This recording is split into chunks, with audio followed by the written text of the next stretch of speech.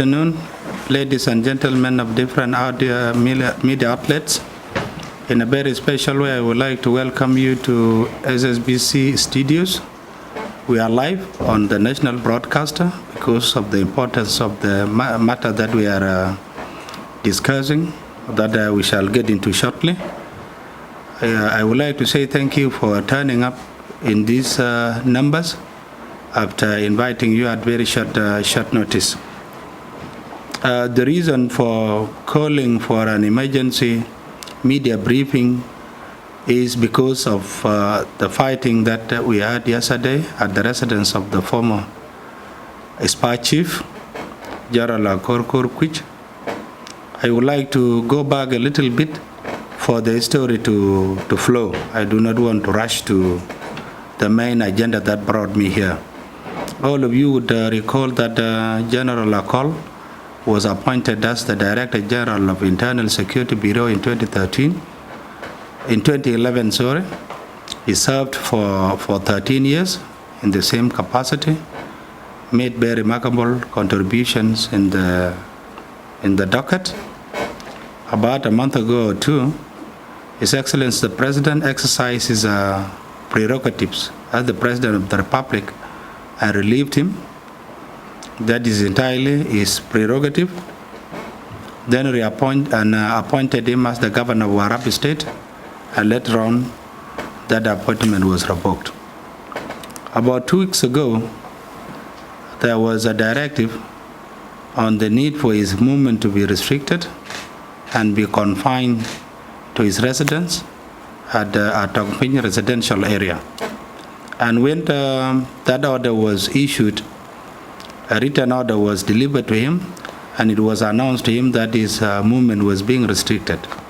After that step was taken, other security measures were put in place to ensure his security and safety. Additional security forces were deployed outside of his residence. That was the first step that was taken. The second step was that the force that he had when he was still in power, when he was still the DG, and when he served briefly as the Governor of Warabi State, the force that he had was also downsized to a reasonable force, and that force was deployed within his compound. So that meant there were two forces, one inside the compound and the second one outside of the compound, with different commands performing different roles, which is essentially is protection. Yesterday in the morning, or there in the afternoon, there was another directive.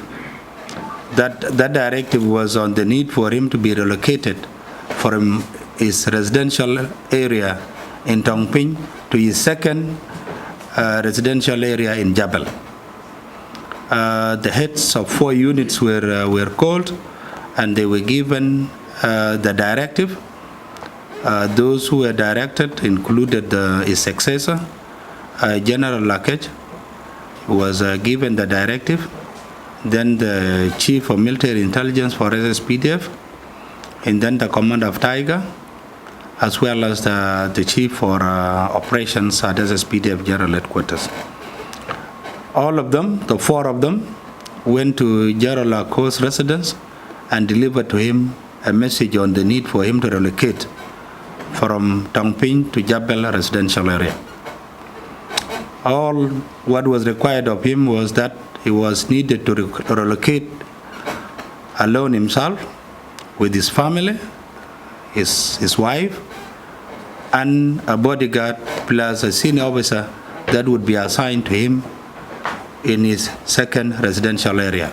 And let me make it very clear that he was not being effectively placed under house arrest. He was simply being told to relocate from Tongping to Jabal because of the presence of the security forces, the inconveniences the insecurity forces were causing in the area. You know, Tongping area has a lot of diplomatic missions.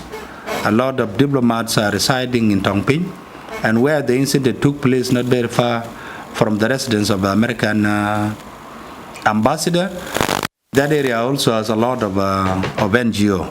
So the stationing of forces in the area had caused a lot of inconveniences in terms of freedom of movement and in terms of feeling at ease. After the message was delivered on the need for him to relocate, the commanders that were tasked with the responsibility left. Then there was a third force now that came on the scene to enforce the directive by way maybe of providing extra security and escorting him. Now the confusion started building up. The force within the perimeter wall, the force outside, the second force that had been deployed about 2 weeks earlier on, and the third that arrived at around 4 to 5. All of these forces are under different commands. And the element of exercising proper command, control, and coordination somehow got lost in the middle. And while these elements became a little bit in short supply, there was misunderstanding between the force that was inside for his close protection and the one that was deployed outside of the fence. There was misunderstanding. And as a result, the two forces exchanged fires. That was the start of the armed confrontation that you heard of. And of course, small arms fire was heard, followed by other combat support weaponry systems. That was what transpired. Immediately after the eruption of the clashes, the first step that was taken by the chief of staff was for him to rush to the scene.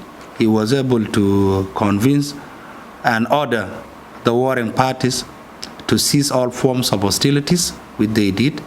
And all of you who had contacted me throughout the night would concur with me that after the sporadic fire stopped, it stopped at around 10. Until now, I'm talking to you, there were no reports of gunfire at his residence.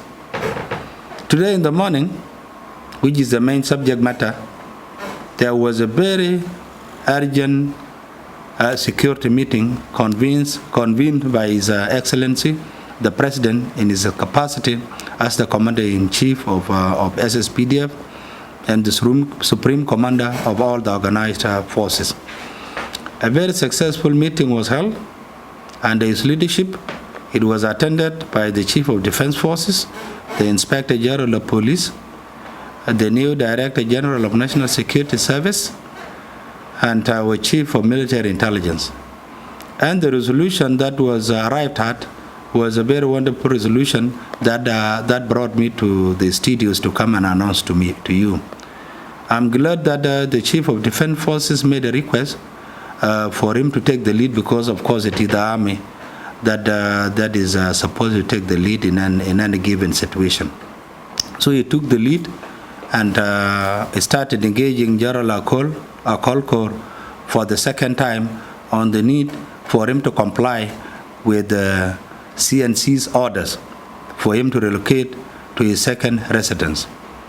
And the good news is that a few minutes ago, around 30 to 45 minutes ago, General Akolkor accepted to relocate to his second residence in Jabal residential area with his dear wife, one bodyguard, and a cook, a senior officer, will be assigned to him to liaise and oversee his protection. Then to keep at bay any opportunists, spoilers, he is going to be provided with an additional protection by the SSPDF at his new residence. And basically, he is not under house detention, he's just relocating to his residence. This is the biggest news that I have come to report to you, that the gunfire that we heard yesterday was not planned. Nobody had ordered for it. It was a misunderstanding. And as a result, we are able to successfully resolve it without unnecessary more bloodshed. And I'm taking this opportunity to inform the people of South Sudan that the problem has been successfully resolved. Whatever is remaining would be an administrative issue. How did the fighting begin? Those who were directly involved, how did they end up fighting? Was there anybody that gave order? So those officers that were involved in the fighting will be subjected to administrative measures so that we know exactly what had terribly gone wrong. And of course, there is a saying that when two elephants fight, the grass suffer. We are registered 4 fatalities. A total of 4 people lost their lives. We have lost 2 servicemen, one who was from the security force that were inside the compound, and the other one from the one outside of the fence. Then we registered 2 civilian casualties. 2 civilians were crushed to death by our armored personnel carriers, the Babad el Sukarda. When they were maneuvering, they were maneuvering left and right. They unfortunately, unintentionally crushed to death 2 civilians. In the crossfire, we registered 2 civilians that were shot and wounded. I was told one is a student at the University of Juba, and the second one, the Maulana, all of whom are in stable condition. We were able to retrieve the dead, taken to mortuary, the wounded to hospital. So as we speak, it is back to business as usual. And in a very special way, on behalf of SPDF, we'd like to thank the CNC for demonstrating very exceptional leadership, for the heads of the organized forces for demonstrating very exceptional leadership, and they have actually succeeded in resolving what many thought was a recurrence of 2013 and 2016 fighting. It has been successfully contained, like the way I said, and we are hopeful that nothing of that nature will ever occur again. Thank you very much.